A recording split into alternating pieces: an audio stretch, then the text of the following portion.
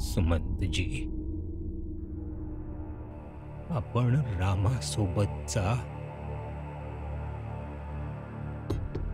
आणि त्याला आमच्या राज्याच्या सीमेच्या बाहेर पर्यंतच फक्त घेऊन जा आणि तिथून पुन्हा परत मागे घेऊन या. त्याला समजवा की आम्हाला दिलेल्या वचनानुसार वनामध्ये जाण्याची मर्यादा इथे पूर्ण झाली. आता परत चला. ए बाबा, त्याला कुठल्याही परिस्थितीमध्ये वनामध्ये जाऊ देऊ नका. हो महाराज.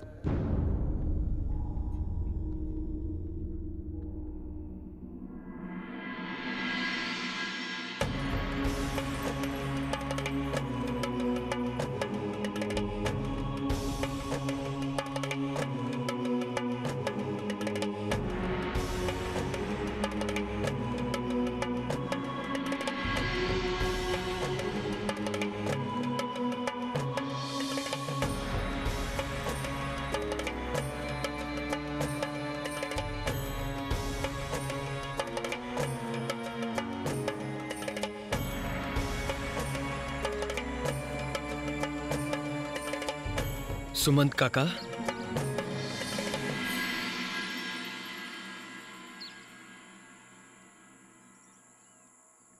सुमंत काका, तुम्ही इथे. तुमचे वचन पूर्ण झाले राम. आता आपण माझ्यासोबत अयोध्येस परत चला.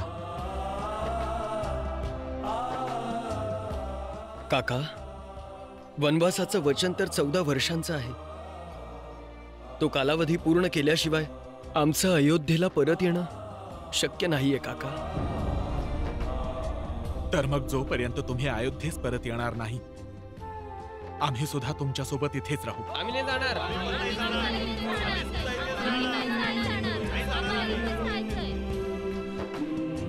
लक्ष्मण,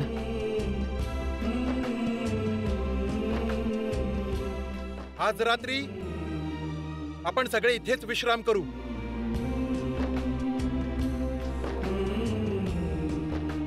लक्ष्मण, बोलावे बंधू. कसेही आपण ह्या सर्वांना परत पाठवायला हवं.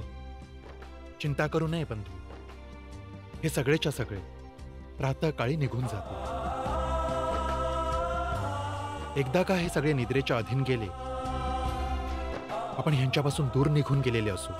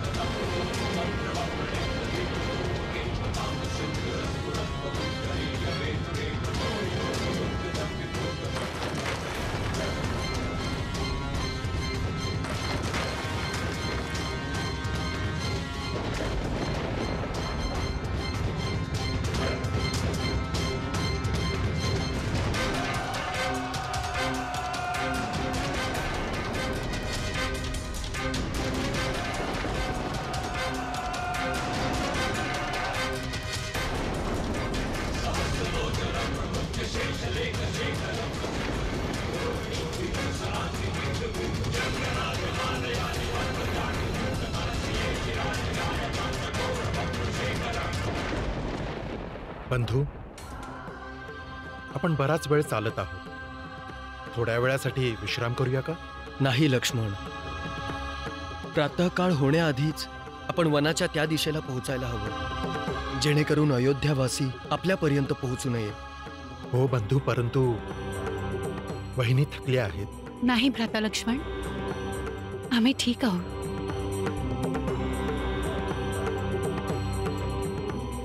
आम्ही आणखी चालू शकतो.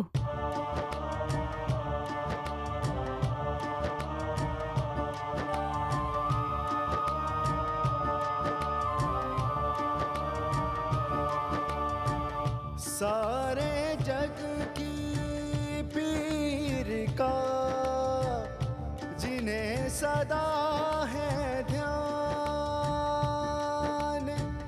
उनसे कौन छुपा सके निज पीड़ा व्यवधान.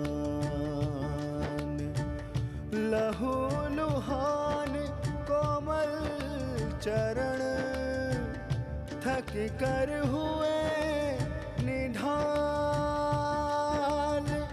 राम सिया के पाँव से कांटे रहे निकाल,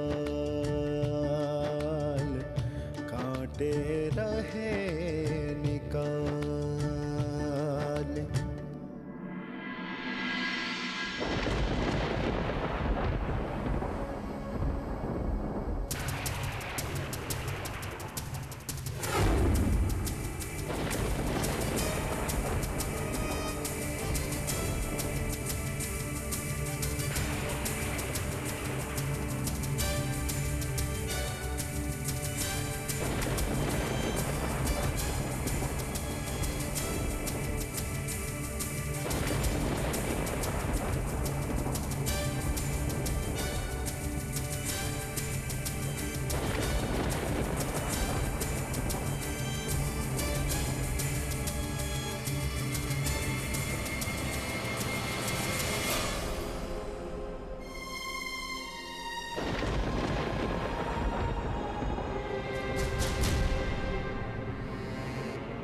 मनातली शंका दूर करण्यास आलायस लंकेश.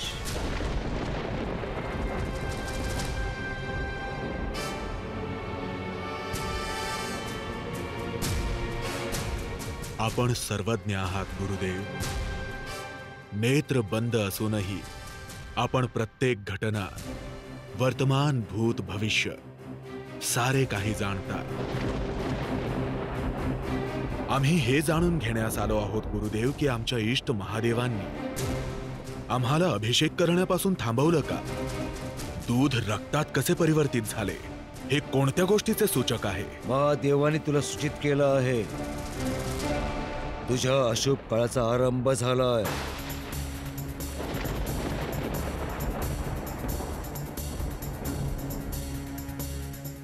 अशुभ काळ? लंकेश रावणाचा अशुभ काळ. अखंड ब्रह्मांड जाणून आहे की काळ रावणाच्या मुठीत आहे गुरुदेव. रावण काळ नियंत्रित करतो, काळ रावणाला नाही.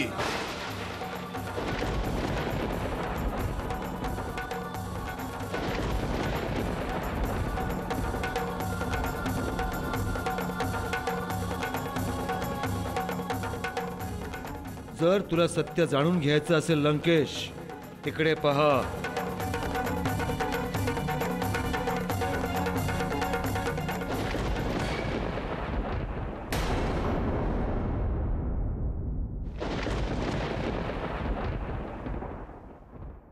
आमची जन्मकुंडली. हे राशी चक्र तुझे आहे. आता जाणून घ्यायचे आहे तर बघ. शनीने तुझ्या जन्मराशीच्या 12व्या गृहात प्रवेश केला आहे.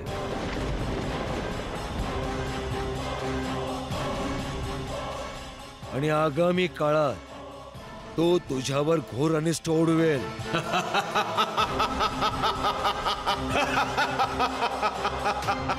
गुरुदेव अनिष्ट? लंकेश रावणाचे अनिष्ट? हो. तुझ्या राशीवर शनीच्या दृष्टीचा अर्थ तुझा सर्वनाश आहे. त्याला स्मरण नाही का की रावणाकडे महादेवांनी दिलेला विशेष त्रिशूल आहे, ज्याच्या शक्तीने ते शनीस कोणत्याही क्षणी बंदी बनवू शकतात. परंतु त्या त्रिशूळाचा प्रभाव तुझ्या कर्माच्या कारणास्तव निष्क्रिय झाला आहे. या सक्रिय करण्यास तुला कठोर तप करावं लागेल. तर रावण तप करतील गुरुदेव, आणि असे तप करतील की सागराच्या लाटांचा दाह होईल. सूर्य विचलित होऊन आपला प्रकाश आकसू लागेल. पृथ्वी आपल्या अक्षावर फिरणं विसरेल.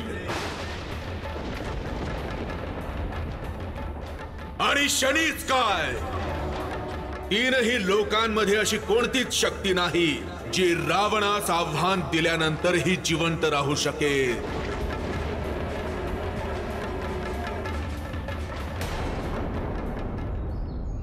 ओम सूर्याय नमः.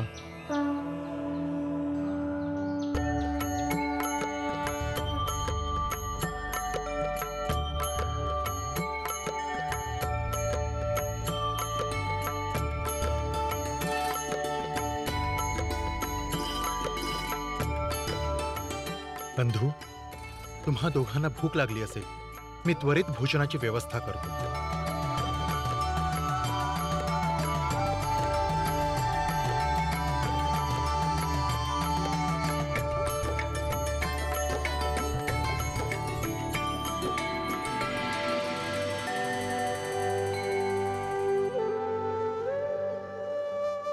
सीते, रात्री तुझी निद्रा पूर्ण झाली ना? यापेक्षा उत्तम निद्रा आम्ही याआधी कधीच नाही अनुभवली.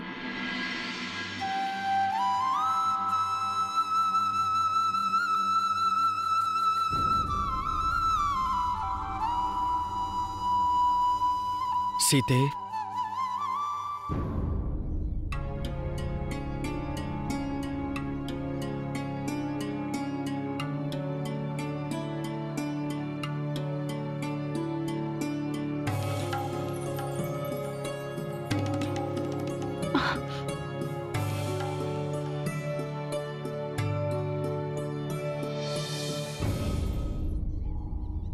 सीते,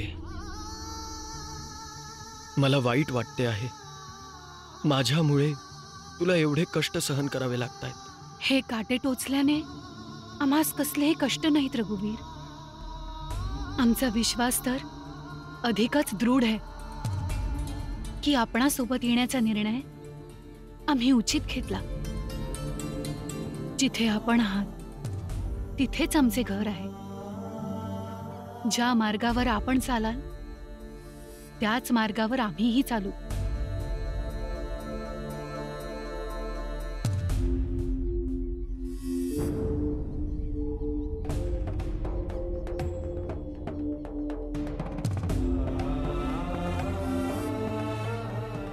भ्राता लक्ष्मण, आणा, आम्हास भूक लागलीये. आपण धन्य आहात वहिनी. हे तर माझे सौभाग्य आहे की या जन्मात मला आपणा दोघांची सेवा करण्याची संधी मिळाली आहे.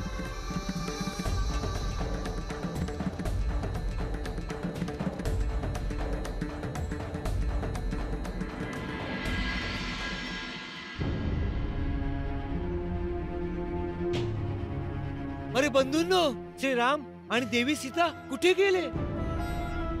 या बघा, श्रीरामांचं अंथरुण रिकाम आहे. अहो, लक्ष्मणी आपल्या अंथरुणावर नाहीयेत. ते सगळे कदाचित आपल्याला सोडून तर नाही गेलेत.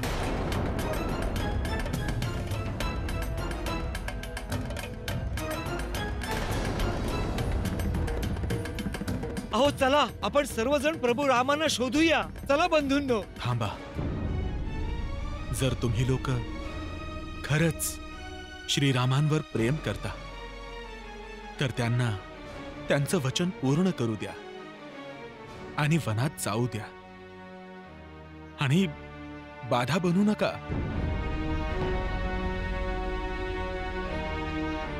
आता तुम्ही लोक आपापल्या घरासाठी प्रस्थान करावे.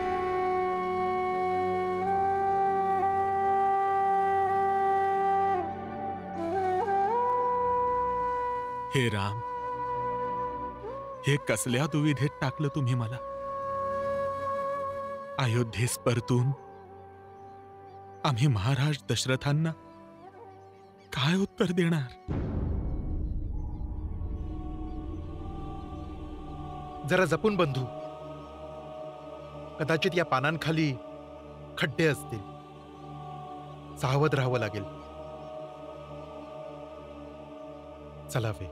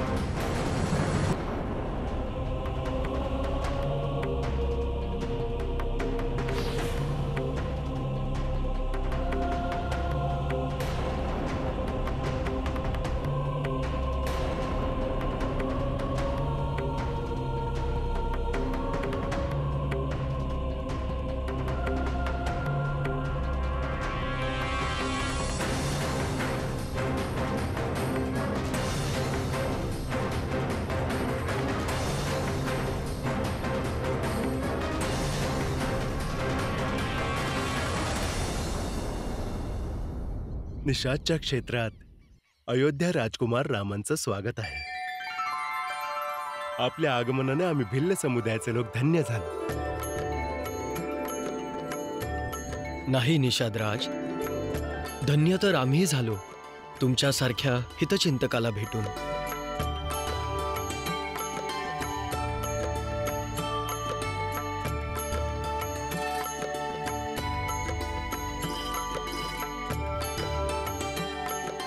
यावे राजकुमार, एकदा आपली सेवा करण्याची संधी द्यावी. नाही निषादराज, राजवाडा आणि सगळ्या सुखांचा आम्ही त्याग करून आलो.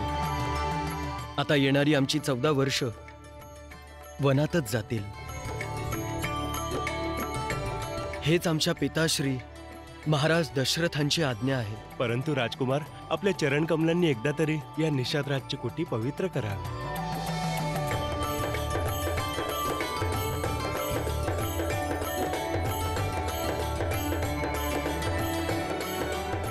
यावे राजकुमार.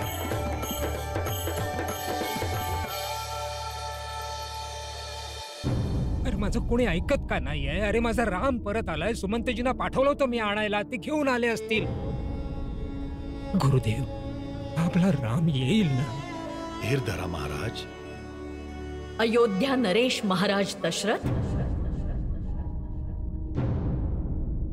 आपण का लहान बालकाप्रमाणे राम रामचा जप लावलाय? आपण एक चक्रवर्ती सम्राट आहात. आपल्याला हे असं बालकांसारखं विलाप करीत राहणं शोभा देत नाही. गप्प बैस कैकेयी. आम्ही चक्रवर्ती सम्राट नंतर आहोत, आधी आम्ही एक पिता आहोत. परंतु आश्चर्य या गोष्टीचं आहे महाराज की आपण एका सम्राटाची भूमिका निभावणं विसरून गेला.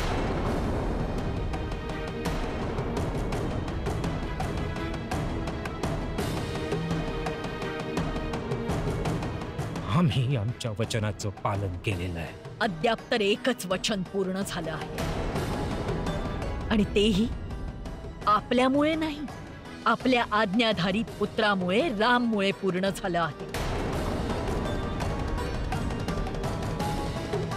अद्याप तर आपलं पहिलं वचन पूर्ण व्हायचं आहे. कैकेयी,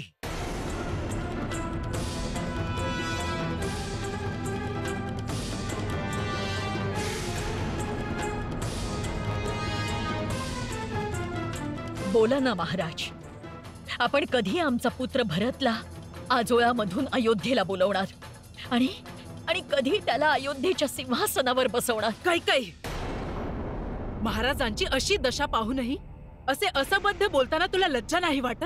क्षमा असावी महाराणी कौसल्या, आपणास या विषयावर काहीही बोलण्याचा अधिकार नाही. आम्ही तर फक्त आमचे पती. नका म्हणू आम्हाला आपला पती. आम्ही तुमचे पती नाही आहोत. आणि आज अयोध्या नरेश महाराज दशरथ तुम्हाला आपल्या पत्नीच्या अधिकारांपासून वंचित करतात.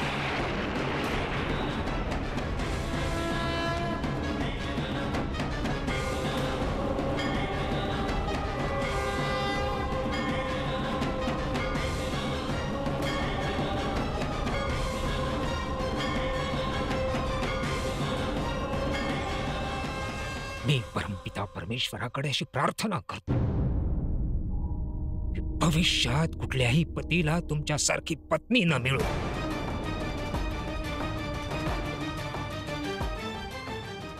कुठल्याही पुत्राला तुमच्यासारखी माता आणि कुठल्याही भावाला तुमच्यासारखी बहीण न मिळो.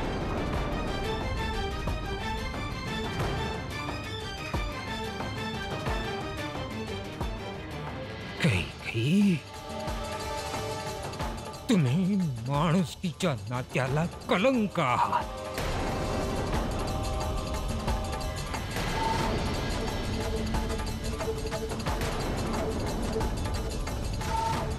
मला तुमची घृणा वाटते, घृणा. महाराज, महाराणी कैकेयी, योग्य असेल की यावेळी तुम्ही महाराज दशरथांना एकटे सोडावे.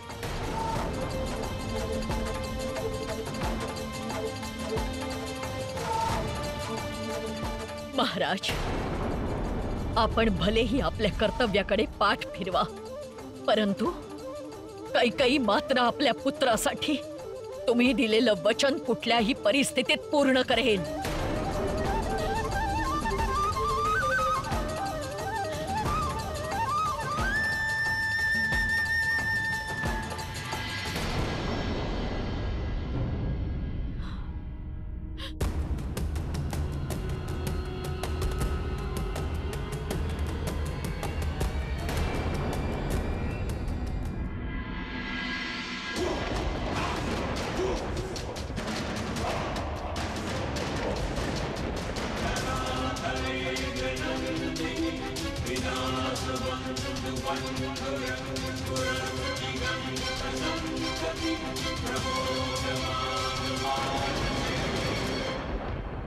मी जाणते स्वामी, आपण कसला विचार करत आहात.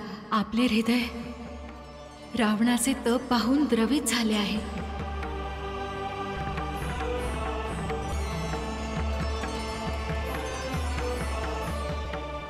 आपण रावणास त्यांच्या तपाचे फळ देणार नाही. महादेवी, हे आपण काय बोलत आहात? स्वामी, आपणास ठाऊक नाही का? रावण अहंकारी आहेत, कुकर्मी आहेत. त्यांना विश्वाचे भले नकोय. ते केवळ स्वतःचे भले जाणतात.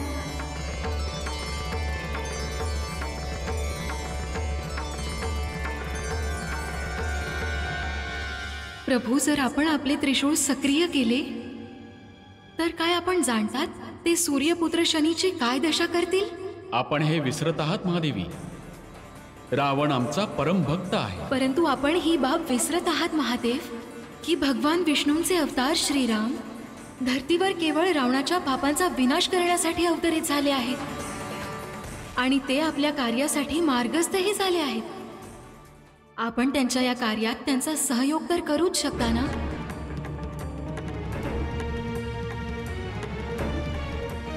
प्रभू तर सर्व सक्षम आहेत देवी. त्यांचा अवतारच धरणीवर रावणाच्या वधासाठी झाला आहे. आम्ही इतकंच जाणतो देवी की रावणाने काहीही केले तरी प्रभू आपले शुभ कार्य नक्कीच पूर्ण करतील.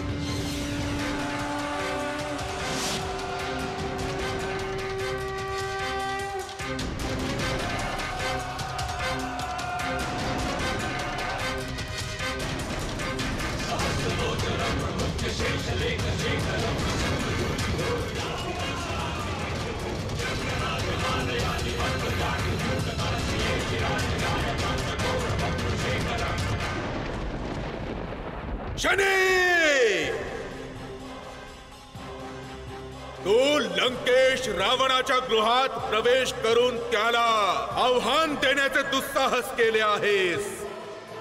परंतु सत्य हे आहे की तू तुझ्या दुर्भाग्याला आमंत्रण दिलं आहेस.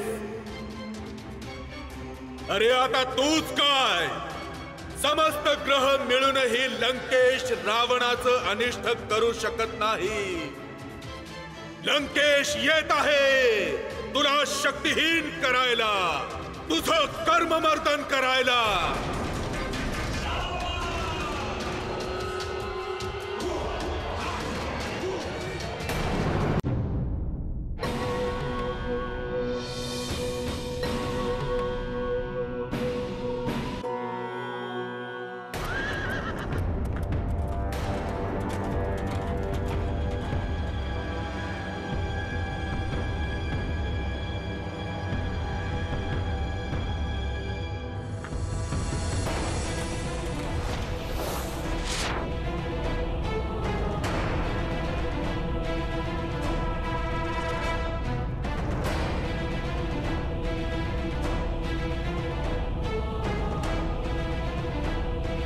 शशिकेतू,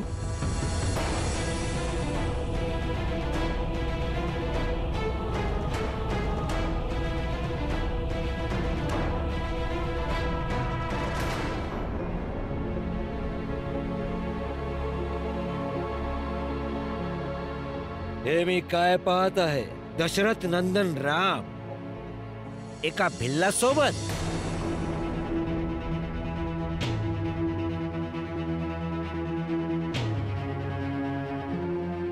शशिकेतू आपले हार्दिक स्वागत करत आहे दशरथ नंदन.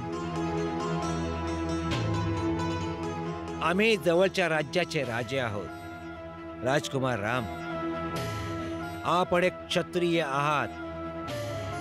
आम्ही सुद्धा क्षत्रिय आहोत आणि मित्रत्व सदैव बरोबरीच्या लोकांशीच केलं पाहिजे.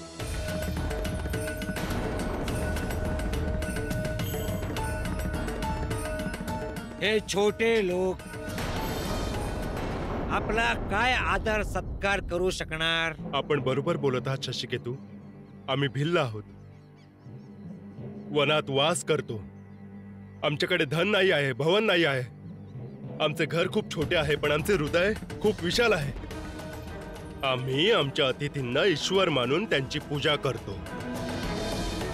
आणि पूजा करून झाल्यानंतर त्यांचं सर्व काही लुटून नेता. हा आरोप असत्य आहे.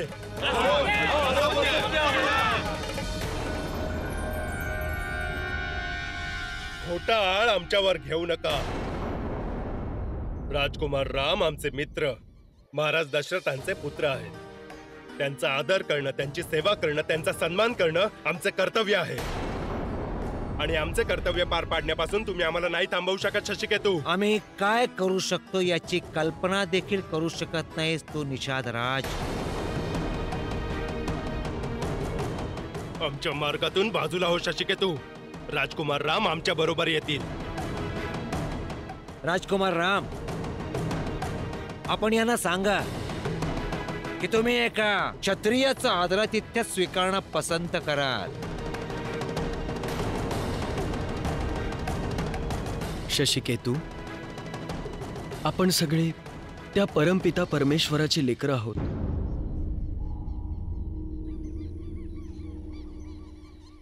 ईश्वराच्या दृष्टीत सगळे सारखेच असतात.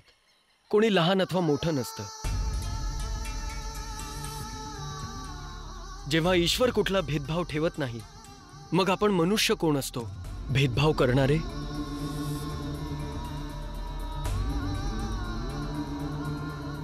आमची भेट आधी निषाद राजांशी झाली आहे, म्हणून आम्हाला त्यांच्या आतिथ्याचा स्वीकार करायला हवा. या निषाद राज. शशिकेतू आपल्या या अपमानाचा प्रतिशोध अवश्य घेईल निषाद राज, अवश्य घेईल. राम राम महाराज, राम महाराज, अहो ऐका. कुठे आहेस पुत्रा? महाराज, आमचा सुमंत कुठे आहे? राम, माझे डोळे आसुसले आहेत रामला पाहायला. तुम्ही चला ना, मला त्याच्याकडे घेऊन चला. महाराज, युवराजांनी आमच्या सोबत परत येण्यास नकार दिला.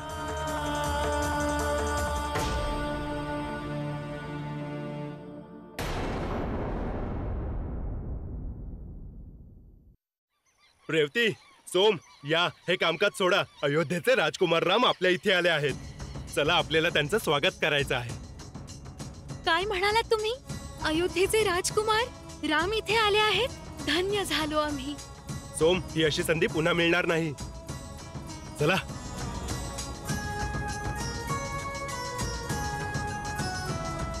अरे तू उभा का आहेस? पिताश्री, हे तेच राजकुमार आहेत ना ज्यांच्या विषयी तुम्ही काल रात्री सांगत होतात?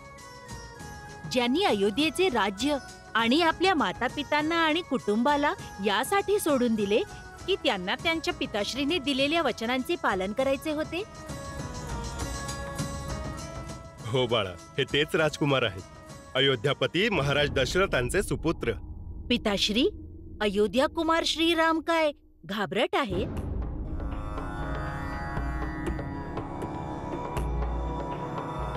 पुत्र, हे असं बोलू नये. ते वीर राजकुमार आहेत. त्यांनी ताडकासारख्या राक्षसिणीचा वध केला आहे आणि ऋषी विश्वामित्रांच्या यज्ञाचे रक्षण केले आहे. इतके वीर असूनही आपल्या कनिष्ठ मातेस का घाबरले पिताश्री? पुत्र, असं काही नाही आहे. ते आपल्या सर्व मातांवर समान प्रेम करतात.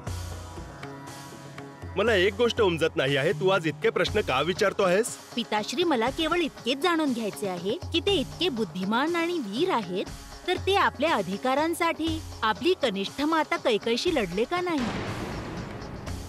ज्या राजसिंहासनावर त्यांचा अधिकार होता, त्यासाठी त्यांनी ती मूर्ख वचने पूर्ण करण्यासाठी सर्वांचा त्याग करून वनात आले. त्यांनी असे याकरता केलं कारण ज्येष्ठ लोक जे सांगतात आणि जे करतात त्यात कल्याण लपलेले असते आणि तेच सत्य असते. राजकुमार रामांच्या ज्येष्ठांनी जे काही केले आणि सांगितले त्यात तर काहीही उचित नव्हते. बाळा, कधी कधी असे होते की आपले ज्येष्ठ आणि मान्यवर लोक जे सांगतात किंवा करतात त्याच्याशी आपण सहमत नसतो, कारण तात्कालिक रूपात ते आपल्याला उचित वाटत नाही. पण आपल्याला याचा विसर पडतो की त्यांच्या सांगण्यात जीवनाचं असं रहस्य लपलेलं असतं ज्याने भविष्य सुखकारक होते. त्यांना जीवनाची समज आणि जीवनाचा इतका अनुभव आणि ज्ञान असते की ते भविष्य पाहू शकतात, वर्तमानास नाही. ते दूरदर्शी असतात. राम म्हणून महान आहेत कारण त्यांना हे तथ्य समजले की असू शकते की त्यांची माता कैकेयी यांच्या इच्छेत केवळ अयोध्येचंच नाही, समस्त आर्यव्रताचे हित लपले असेल. म्हणून त्यांनी कोणताही विरोध नाही केला आणि त्यांच्या वचनांचे पालन केले. पिताश्री, तर काय तुम्हास हे सांगायचे आहे की महाराणी कैकेयींनी राजकुमार रामास वनवासात यासाठी पाठवले की त्याने सर्वांचे कल्याण होईल? हे तर भविष्यातच समजेल पुत्रा की महाराणी कैकेयीच्या या इच्छेमागे काय आहे आणि त्या या सगळ्याचा विचार कसा करत आहेत आणि त्याचा परिणाम काय होईल. पण एवढे निश्चित आहे की राजकुमार रामांच्या या निर्णयाने समस्त संसाराचे कल्याण होईल. चल पुत्रा, विलंब होत आहे. आपणास एका आदर्श पुत्राचे आणि महान राजकुमार रामाचे स्वागत करायचे आहे. चल चल.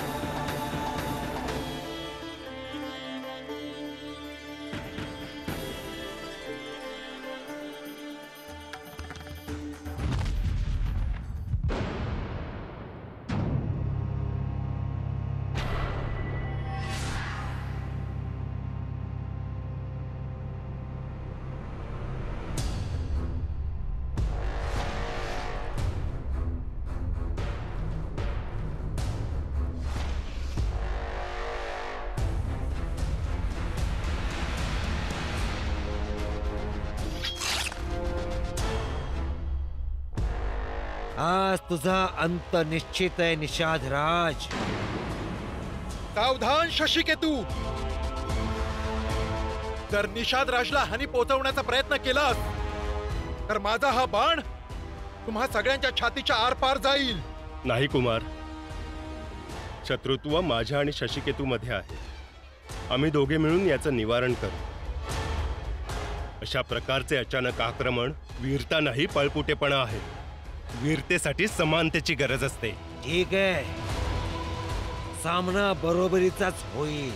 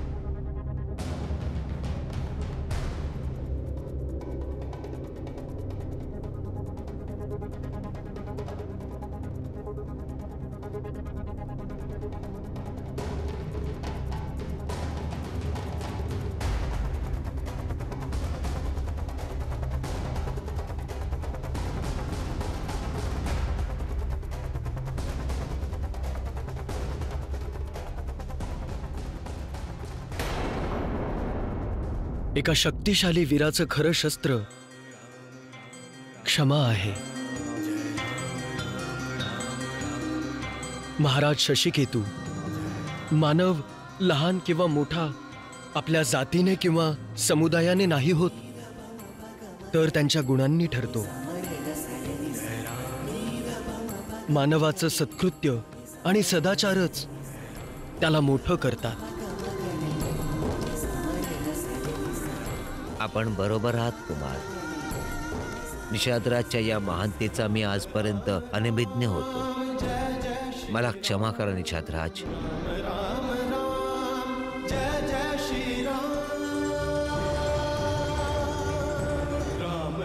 शशिकेतू, अपराधाचा बोध होणं हाच मोठा पश्चाताप आहे. त्याच्या सर्व चुका, सर्व अपराध यांना आपोआपच क्षमा मिळते.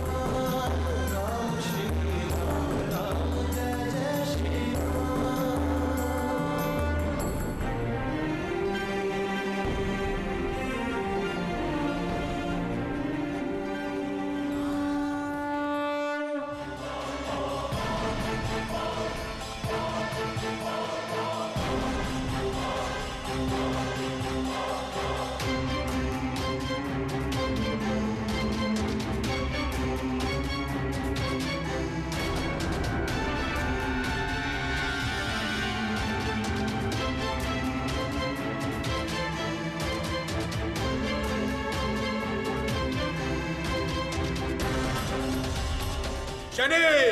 ओम नमः शिवाय. बाहेर ये शनी! ओम नमः शिवाय. सर्व शक्तिमान रावण तुला बंदी बनवण्यास आले आहे. जर आम्हाला ऐकू शकत असशील तर बाहेर ये. आमच्याशी युद्ध कर.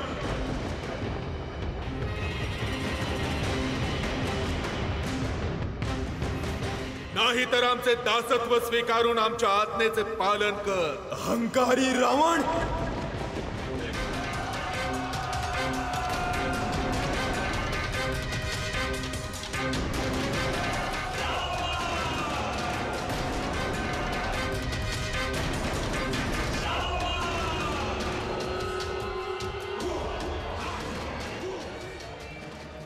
नारायण नारायण.